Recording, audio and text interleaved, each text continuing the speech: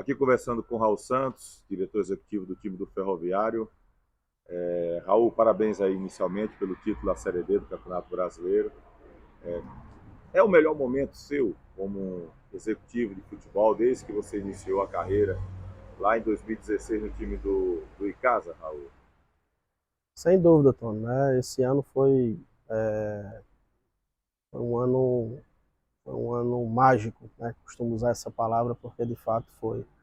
Nós pegamos o clube sem perspectiva, né? Vindo de um rebaixamento, a saída do seu investidor, né? Uma divisão interna diretiva. Pegamos o clube um pouco machucado, a torcida desacreditada. E graças a Deus aceitei o convite feito pelo diretor de futebol, Valmir Araújo, que é um baluarte do nosso futebol cearense, e com a sede e fome de entregar, né, o melhor para o Ferroviário, junto também com o seu presidente Adesso Maia, que fez o convite. Eu estava praticamente acertado com outro clube, mas o convite do Ferroviário, eu acho que era um, um algo a mais que eu precisava, né? Apesar de ter trabalhado em vários clubes aqui do nosso estado, me chamou muita atenção, porque eu sabia que se a gente acertasse no trabalho, iria acontecer o que vem acontecendo, né? A gente tem recebido propostas de outros clubes do estado, isso é fruto de um trabalho que se foi feito, mas também da grandeza da camisa, né, que é o Ferroviário. Vocês começaram, primeiro a ideia era ter o Foiane, foi contratado, depois o Foiane foi para o exterior, acabou não ficando, e ver o Paulinho Kobayashi. Dava para imaginar dar tão certo o Paulinho Kobayashi nesse time que foi montado, com esse campeonato brasileiro perfeito que fez o Ferroviário. E convenhamos, né, o Cearense também, a Fares Lopes, o time brigando até o fim da competição. Na verdade, eu tracei o planejamento assim quando eu aceitei o convite, né, no dia 3 de novembro, nós traçamos um planejamento da montagem do clube, da montagem do elenco, né? E eu tracei um perfil de atletas com aquela fome, aquela vontade de vir entregar o resultado. E aí comecei a contactar alguns atletas que já tinham trabalhado comigo, e aí eles foram aceitando a proposta, né? E na verdade, Tony, para ser bem honesto contigo, o primeiro treinador que eu contactei foi o Raniel Ribeiro, né? E aí nós tivemos duas, três reuniões, né? E eu passando para ele alguns atletas, o perfil que eu estava traçando, ele de fato ele chegou até em Fortaleza e aconteceu que ele recebeu uma proposta do Santa Cruz. E aí eu fui pro outro plano, que foi trazer o Paulo Foiano. Isso eu já tinha contactado o Paulinho Kobayashi, só que o Paulinho Kobayashi, ele estava com um trabalho lá no motoclube, né? Ele estava bastante focado no trabalho lá, só que eu tinha pressa, porque eu já tinha iniciado o processo de montagem e é de suma importância que o treinador participe dessa montagem, até para questão das características de um atleta ou outro. E aí o Foiano fechou, a gente chegou a anunciar, né? Acabou que 3 dias antes, né, 3 dias antes da vinda do Foiano para Fortaleza, ele recebeu uma proposta. Ele me ligou, era meia-noite, eu fiquei um pouco confuso, rapaz, é isso mesmo. Enfim, mas aí aconteceu, foi no tempo certo que o Paulinho Kobayashi tinha sido eliminado lá da Copa FNF, lá do Maranhão, que ele estava no motoclube, e ele aceitou o convite, né? Chegou, o time já estava montado, ele indicou duas peças, né, que foi o Negueba, lateral direito, e o Felipe Guedes. Mas foi um trabalho em conjunto, sabe, Tony? Eu vi uma entrevista que você fez com o Eduardo Girão, né, e ele falando da questão da unidade, né? Eu acredito que todo esse sucesso do Ferroviário, ele de fato, ele partiu de uma unidade, né? Uma unidade de fora que, consequentemente, resultou dentro, né? Porque assim, a diretoria entendeu que precisava ter essa união, e partiu do Conselho Deliberativo, que se unificou com a diretoria e E os atletas, cara, que foram fundamental, eles sim são os principais protagonistas desse grande sucesso. E aí eu te pergunto, qual foi o peso que o Ciel teve nesse grupo, hein, cara?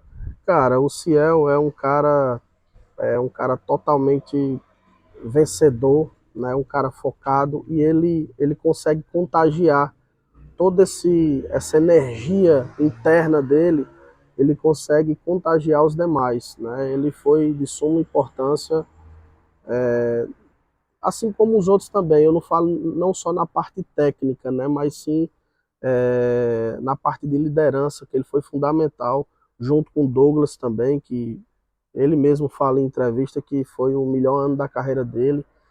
Então, assim, como eu tenho batido muito nessa tecla, eu acredito que foi um conjunto de fatores.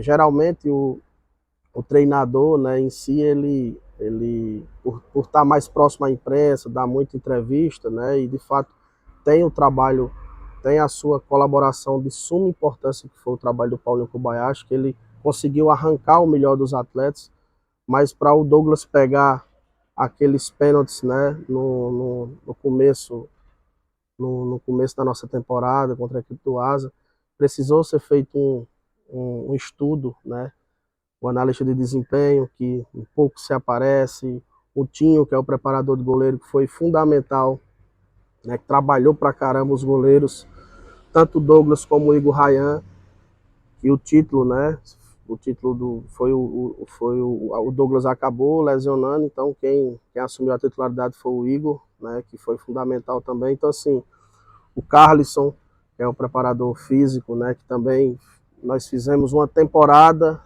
nós demos férias, foi feita uma intertemporada, mas os caras não deixavam de correr. Tem a Bruna na nutrição, Quem era né? o analista? O analista de desempenho é o André O André Martins, Martins esteve aqui, teve fez aqui, Batalha né? também. O Tinho, né, que é o preparador de goleiro, né? Então, assim, tem o Carlisson, que eu acabei de citar, enfim, tem todos os profissionais por trás, né, fazendo com que esse resultado refletisse dentro de campo. E, logicamente, os maiores protagonistas, os atletas, né, que deram o seu melhor e, graças a Deus, nós conseguimos fazer um ano mágico. Aí o time fica sem o Kobayashi, vários jogadores já saíram. Como é que está esse trabalho para 2024 agora, Raul? Traçamos o planejamento, né, primeiro de aprovação do orçamento, né? A diretoria, que sai uma parte da diretoria com o Conselho Deliberativo, está nesse processo de aprovação de orçamento. Eu já tenho um orçamento para trabalhar, né? Um orçamento em mente, mas o Conselho Deliberativo precisa aprovar, né? E aí a gente já está contactando, tracei um perfil de treinador, né? Que esse perfil o que se aproximou foi o Matheus Costa, né? Se aproximou não, tem o perfil de que nós procurávamos, e nós já estamos contactando, cara, já estamos trazendo atletas no perfil da característica que ele gosta, da característica do clube em si, né? Eu acho que é muito importante essa parte da montagem, Tony, porque traçar um perfil de atleta com fome para entregar o resultado e não ter atletas o qual venha murmurar e venha reclamar de todas as dificuldades, que venham de fato usar as dificuldades como combustível para entregar o resultado. Esse é o grande perfil do atleta que vem vestir a camisa do Ferroviário. Ciel continua e quantos jogadores mais ou menos devem permanecer? Nós renovamos com 9 jogadores, né? São remanescentes do título, né? Da temporada. E aí já temos conversado, apalavrado já 9 atletas. Estamos mais nas contratações, nas peças pontuais mesmo, de acordo com a característica que o Matheus gosta. Tem algum que já pode divulgar aqui com a gente? Rapaz, tem o Ralph, né, um volante que estava no Ipiranga, jogou a Série C. Estava agora, tô te dando um furo aí. Ele teve no Náutico, né, um primeiro volante, que faz segundo volante também. Tem as características, né? É um atleta que estava sendo monitorado pelo departamento de futebol, por mim, pelo André. O professor também conhece, né? Faz parte, assim, se encaixa perfeitamente no perfil dele. e como ele já assinou o pré-contrato, né, tá só esperando a liberação lá do Clube do Ipiranga, estou te dando o furo de reportagem. Obrigado. Qual é o grande objetivo para 2024? Dá para acreditar no título cearense, no acesso da Série C para a Série B? Tony Souza, eu sou muito pé no chão. Uma das coisas que eu tenho mais pontuado com a nossa diretoria, né, para que essa euforia da torcida, ela de fato, ela só sirva como combustível para nós, mas que nós não venhamos se vislumbrar com toda essa euforia, porque nós temos que entender que nós estamos num processo de crescimento, né? O crescimento tem muita coisa interna que precisa se melhorar no clube, né, que eu não vou expor. O resultado desportivo ele está decolando, isso é fato. Foi assim que foi, né, esse ano de 2023. Mas, assim, sonhar não paga, né? Sonhar não custa. Então, assim, nós temos um pensamento, um planejamento audacioso, um planejamento que fica mais interno nessa questão dessas metas, entendendo a questão dos processos, né, das dificuldades. É fato que nós não podemos nos compararmos com os orçamentos que tem o Ceará e o Fortaleza, que são clubes que de fato, principalmente o Fortaleza, que está em outro patamar, é um dos clubes com mais estrutura, né, do Brasil, né, digamos assim. Então, assim, mas nós somos ambiciosos, somos audaciosos, vamos trabalhar muito para merecer demais, entendendo, né, entendendo o nosso lugar, mas sendo bastante audacioso com aquilo que a gente quer. Obrigado pela atenção aqui com o nosso canal, Refleito Tony Souza. Bom trabalho, que Deus continue abençoando vocês aí na temporada 2023, tá bom, meu irmão? Eu que agradeço, Tony Souza, né? Parabéns pelo trabalho que você tem feito aqui, né? Dando espaço para cada profissional que se destaca fora daqui do nosso eixo caririense, né? E parabenizar, mandar um beijo para todos os desportistas, um beijo e um abraço para todos os desportistas caririenses, e que Deus nos abençoe nessa temporada de 2024, que venha a ser tão vencedora, tão vitoriosa quanto foi 2023. Valeu.